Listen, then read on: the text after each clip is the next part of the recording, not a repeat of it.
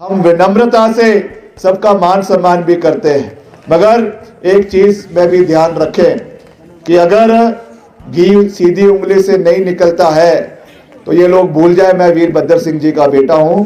हमको घी जो है वो टेढ़ी उंगली से निकालना भी आता है। विनम्रता से हम बात करना हमारे स्वभाव में है, मगर हमारी विनम्रता को कमजोरी ना समझे, ये मैं बड़े साफ शब्दों में कह देना चाहता हूं। क्योंकि नेता प्रतिपक्ष है आज की डेट में, मगर जिस तरीके से फिर से मुख्यमंत्री बनने की उनकी जो एक इच्छा अंदर से जग जाहिर हुई है, उस चक्कर में जो आजकल उन्होंने पूरा एक माया जाल पूरे प्रदेश के अंदर बुना हुआ है, मैं उनको भी ये कहना चाहूँगा कि आप भी ठेठ राजी है। इस तरीके की चीज़ें जो अलोकतांत्रिक चीज़ें हैं वो ना करिए। ऐसा ना हो कि देवी देवताओं का कोई प्रकोप लग गया तो आने वाला समय जो है वो ठीक नहीं रहेगा। इसलिए सरकार ने, प्रदेश की जनता ने एक मजबूत सरकार को चुना है। उस सरकार का पूरा कार्यकाल मुख्यमंत्री ठाकुर सुखविंदर सिंह सुक्खू के नेतृत्व में पूरा होगा। जब आगे विधानसभा के चुनाव 2027 में होंगे, आप तब के लिए लड़ाई लड़ें। इस तरीके से लंगड़ी मार मार के जो सरकार गिराने की कोशिश कर रहे हैं उसका नमूना तो आपने देख ही लिया। अभी चहल चौक के अंदर जिस दिन कंगना रनौत आई, आपको लंगड़ी लग गई, आप जमीन पे गिर गए।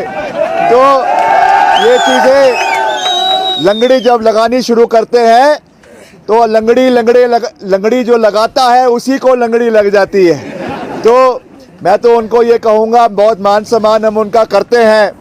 मुझे कह रहे थे एक दिन मीडिया में, कह रहे थे कि वीरभद्र सिंह जी का दौर जो है, कि एक दिन मीडिया में कह रहे थे कि जयराम जी कह रहे थे कि वीरभद्र सिंह जी का दौर अब खत्म हो गया है। मैं उनको कहना चाहूँगा, वीरभद्र सिंह जी एक ऐसे वट वृक्ष थे, एक ऐसे नेता थे जिनकी विचारधारा जीवित होने के साथ साथ आज अगर वो इस दुनिया में नहीं है, मगर उनकी जो विचारधारा है आज भी हिमाचल प्रदेश के कोने कोने में लोगों के दिल में जीवित है।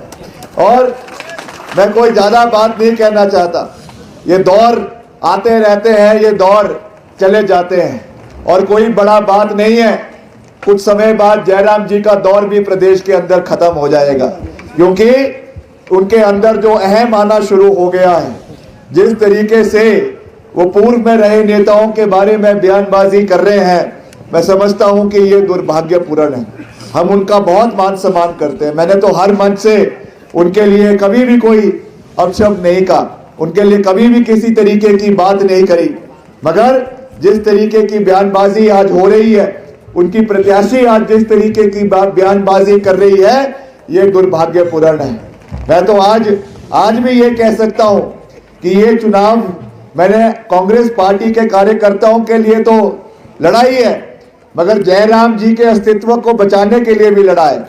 क्योंकि अगर कहीं कंगना जी जीत गई गलती से, तो अगली लंगड़ी जो है मुख्यमंत्री की जो मारेगी जयराम जी को, वो कंगना रनौत ही मारेगी, कंगना राठौर ही मारेगी। तो इसलिए जितना हितैषी विक्रमादित्य सिंह जयराम का है उतना और कोई नहीं है, ये बात भी ध्यान रखें। ऐसे कैंडिडेट से पाला पड़ा है जिनको इतिहास का कुछ जानकारी ही नहीं है।